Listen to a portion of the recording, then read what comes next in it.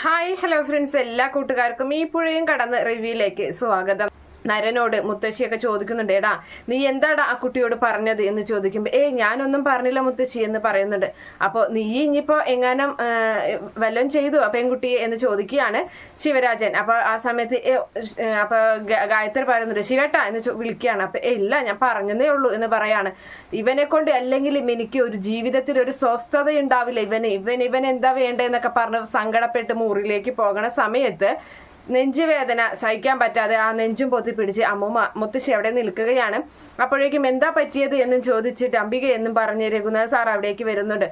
അപ്പോൾ മുത്തശ്ശി എന്ന് വിളിച്ചുകൊണ്ട് വേഗം നരനും എത്തുകയാണ്. വിടടാ നീ എന്നെ, എന്റെ തൊടണ്ട നീ എന്ന് പറയുന്നുണ്ട്. വാ, എന്തെങ്കിലും ബുദ്ധിമുട്ട് ആശുപത്രി പോകാം എന്ന് പറയുമ്പോൾ വേണ്ട എന്ന് പറഞ്ഞിട്ട് അവനെ തട്ടി മാറ്റുകയാണ് ചെയ്യുന്നത്. അപ്പോൾ ഗായത്രിയും പറഞ്ഞു, മാറിക്കടാ എന്റെ അമ്മയുടെ അടുത്തെന്നൊക്കെ പറഞ്ഞിട്ട് മുത്തശ്ശിയെ റൂമിൽ കൊണ്ട് കിടത്തുകയാണ്.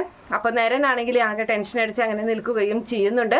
അതിനുശേഷമാണെങ്കിൽ ഇവളെ കാണിക്കുകയാണ് കാവേരി. അപ്പോൾ കാവേരി റൂമിൽ, അതായത് ഹോസ്പിറ്റലില് നീളയുടെ അരികിലായിട്ട് ശാരദയുണ്ട്, അതുപോലെ തന്നെ കാവേരി ഉണ്ട്. അപ്പൊ കാവേരി ഓരോ സാധനങ്ങളൊക്കെ അങ്ങനെ എടുത്തു വെക്കുകയൊക്കെ ചെയ്യുകയാണ്. അപ്പൊ അവിടേക്ക് ഗംഗ വരുന്നുണ്ട്. വളരെ ദേഷ്യത്തോടു കൂടിയാണ് ഗംഗ വരുന്നത്. ഗംഗ ചോദിക്കുകയാണ്, കാവേരി നീ ഹോസ്പിറ്റൽ ബില്ല് അടയ്ക്കുന്നുണ്ടോ എന്ന് ചോദിക്കുകയാണ്. അടയ്ക്കാം ചേച്ചി, നിനക്കെന്താ പറ്റിയത്?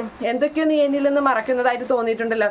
നിന്റെ മുഖം ശരിയല്ല, അതുപോലെ തന്നെ വിനീതേട്ടന്റെ മുഖം ശരിയല്ല എന്ന് പറയുകയാണ്. അപ്പോൾ ആ സമയത്ത് കാവേരി പറയുകയാണ്, അതിന് ഞാൻ പൈസ ബാങ്കിലുണ്ട് ചേച്ചി, പക്ഷെ അത് ഇവിടുത്തെ മാനേജർ അവിടുത്തെ മാനേജറുമായിട്ട് സംസാരിച്ചിട്ടൊക്കെ വേണം അത് കിട്ടാനായിട്ട്, അതുകൊണ്ടാണ് സമയം എടുക്കുന്നത്. ഓപ്പറേഷൻ നടത്തില്ലേ നീ എന്നൊക്കെ ചോദിക്കുകയാണ്. പിന്നെ എന്താ അങ്ങനെ ചോദിക്കണേ? എന്നാലും നിന്റെ മുഖമൊന്നും തീരെ ശരിയല്ല, എന്താ നിനക്ക് പറ്റിയെന്ന് ചോദിക്കുമ്പോൾ ഒരു കുഞ്ഞിനെ ആശുപത്രിയിൽ അഡ്മിറ്റ് ചെയ്തതിന് ശേഷം എനിക്ക് എൻ്റെ മുഖം ഇത്രയ്ക്കൊക്കെ പറ്റത്തുള്ളൂ, അല്ലാതെ വലിയ സന്തോഷത്തോടെ നടക്കാൻ പറ്റില്ല എന്നും പറഞ്ഞ് ഗംഗയുടെ വായ അടപ്പിച്ച് കാവേരി അവിടെ നിന്നും പോവുകയാണ്. വിഷമത്തോടു കൂടി പുറത്തേക്ക് വരികയാണ്. ഹോസ്പിറ്റൽ അവരുടെ മുറിയിൽ നിന്നും പുറത്തേക്ക് വരുന്ന സമയത്താണ് ഗീത ചേച്ചി, അതായത് നമ്മുടെ വിനീതിന്റെ ചേച്ചി വരുന്നത്. അപ്പൊ വിനീത് ചെന്ന് ഗീതയോട് കാര്യങ്ങളൊക്കെ പറഞ്ഞിരുന്നല്ലോ. അപ്പൊ ആ സമയത്ത് മോളെ, അപ്പൊ ഗീതേച്ചി എന്ന് ചോദിക്കുകയാണ് കാവേരി. അപ്പൊ അതേ മോളെ, ഞാൻ കാര്യങ്ങളൊക്കെ അറിഞ്ഞായിരുന്നു എന്ന് പറയുന്നുണ്ട്. എല്ലാതും അറിഞ്ഞോ എന്ന് ചോദിക്കണം. അതേ മോനെ, അവൻ വന്നിരുന്നു, വിനീത് പറഞ്ഞു കാര്യങ്ങളൊക്കെ തന്നെ. 50 ലക്ഷം അവൻ കാരണം നഷ്ടപ്പെട്ടുല്ലേ, സാരില്ല, വിഷമിക്കേണ്ട.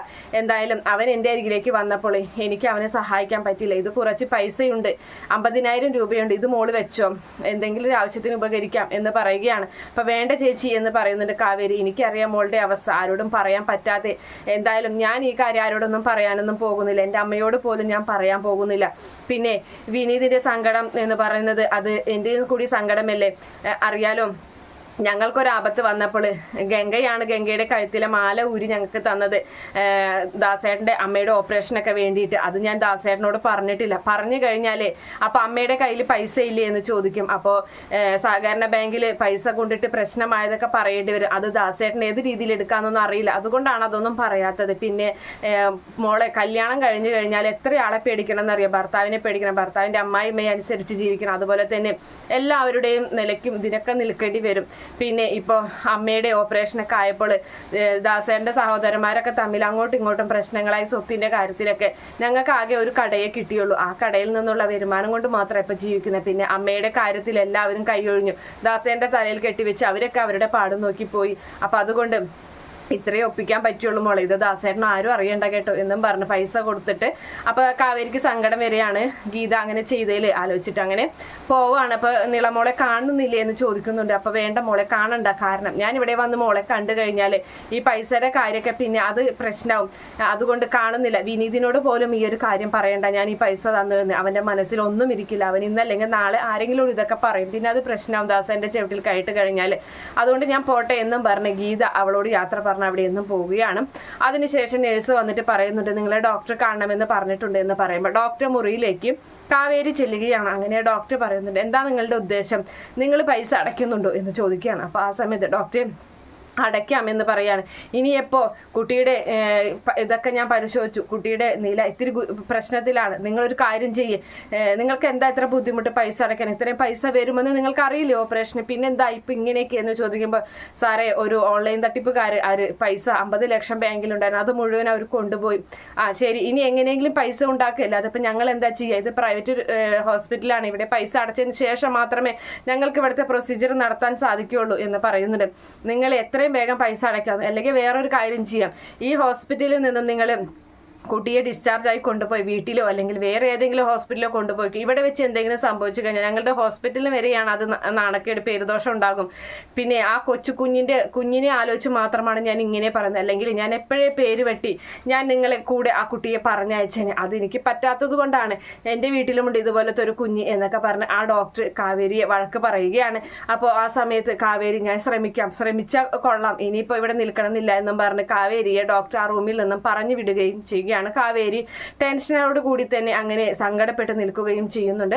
അതിനുശേഷമാണെങ്കിൽ അംബികാമയെ തന്നെയാണ് കാണിക്കുന്നത്. അംബികാമയാണെങ്കിൽ വിഷമിച്ച് അങ്ങനെ ഇരിക്കുകയാണ്. അപ്പോൾ ആ സമയത്ത് അവിടേക്ക് നരൻ വരുന്നുണ്ട്. അപ്പൊ നരനോട് പറയാണ്, നീ മുത്തശ്ശി എന്നൊക്കെ വിളിക്കുമ്പോൾ വേണ്ട നീ വരണ്ട എന്ന് പറഞ്ഞങ്ങനെ മുത്തശ്ശിയെ അവിടെ നിന്ന് ആട്ടിപ്പായിക്കുന്നു. മുത്തശ്ശനാണെങ്കിലും പറയുന്നുണ്ട്, എന്താ ആ പെൺകുട്ടിയോട് പറഞ്ഞതെന്ന് ആർക്കറിയാം, ആ പെൺകുട്ടി എന്തൊരു മാന്യായിട്ടാണ് അവരിങ്ങോട്ട് വന്നത്, ഒരു പെൺകുട്ടി അടക്കം ഒരു വീട്ടുകാർ ആണിന്റെ വീട്ടിലേക്ക് വരുന്ന ഒരു കാര്യം പോലും ഇവിടെ നടക്കാത്തതാണ്. എന്നിട്ടും അവരതിൽ സഹകരിച്ചു, അവര് പെൺകുട്ടിയെയും കൊണ്ട് വന്നു.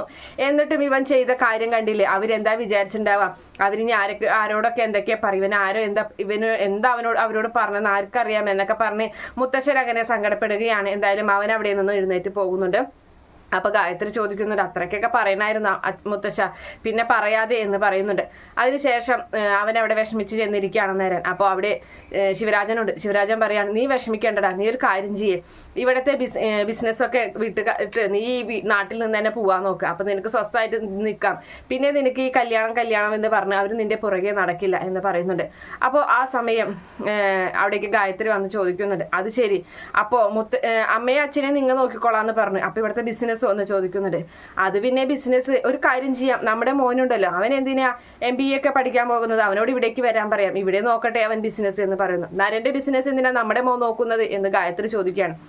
അത് പിന്നെ അവന്റെ ബിസിനസ് നമ്മൾക്ക് ഒന്ന് തന്നെയല്ലേ എന്ന് പറയാണ്. അപ്പൊ ആ നരൻ പറയുന്നുണ്ട്, ഞാൻ എവിടേക്കും പോകുന്നില്ല, അതിനെക്കുറിച്ച് ആലോചിച്ച് ആരും പറയണ്ട എന്ന് പറയുകയാണ്. അപ്പോൾ ആ സമയത്ത് ഗായത്രി വന്നിട്ട് പറയുന്നുണ്ട്, എടാ അവര് എത്രയോ ആഗ്രഹിക്കുന്നുണ്ട് നിന്റെ കല്യാണം കാണാനായിട്ട്, നിനക്ക് ഇപ്പോഴും പഴയ കാര്യങ്ങളൊക്കെ മനസ്സിൽ ഓർത്തുകൊണ്ട് നടക്കുകയാണില്ല. അപ്പൊ ഇല്ല ഇളയമ, ഞാൻ അതൊക്കെ മറന്നു, പിന്നെ എന്താ നിന്റെ പ്രശ്നം, പക്ഷേ എനിക്ക് ആ ഒരു പേടിയുണ്ട്, ആ ഒരു പേടിയിലാണ് ഞാൻ നിൽക്കുന്നത് എന്ന് പറയാണ്. ഇല്ലടാ, നീ ഒരു കല്യാണം കഴിക്കും, നിനക്കൊന്നും സംഭവിക്കില്ല, നീ അത് കഴിച്ചു നോക്കുമ്പോഴല്ലേ നിനക്ക് അറിയുള്ളൂ.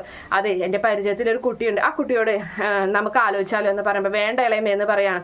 എടാ നീ പേടിക്കല്ലടാ, നമുക്ക് എന്തായാലും അത് ആലോചിച്ച് നോക്കാം, നീ ടെൻഷൻ അടിക്കാതിരിക്കുക എന്ന് പറയുന്നുണ്ട്. എടാ ഇതിപ്പോ നീ കല്യാണം കഴിച്ചില്ല എന്നുണ്ടെങ്കിൽ നിനക്ക് നിന്റെ മുത്തശ്ശിയായിരിക്കും നഷ്ടപ്പെടാം, പക്ഷേ എനിക്ക് എൻ്റെ അമ്മയാണ് നഷ്ടപ്പെടുന്നത്, നിന്നെ പെറ്റമ്മയെ പോലെ നോക്കി വളർത്തിയ അതിന് എന്തെങ്കിലും സംഭവിച്ചാലുണ്ടല്ലോ എന്നൊക്കെ പറഞ്ഞ് നമ്മുടെ നരനെ കുറ്റപ്പെടുത്തിക്കൊണ്ട് ഗായത്രി അവിടെ നിന്നും പോകുന്നുണ്ട്.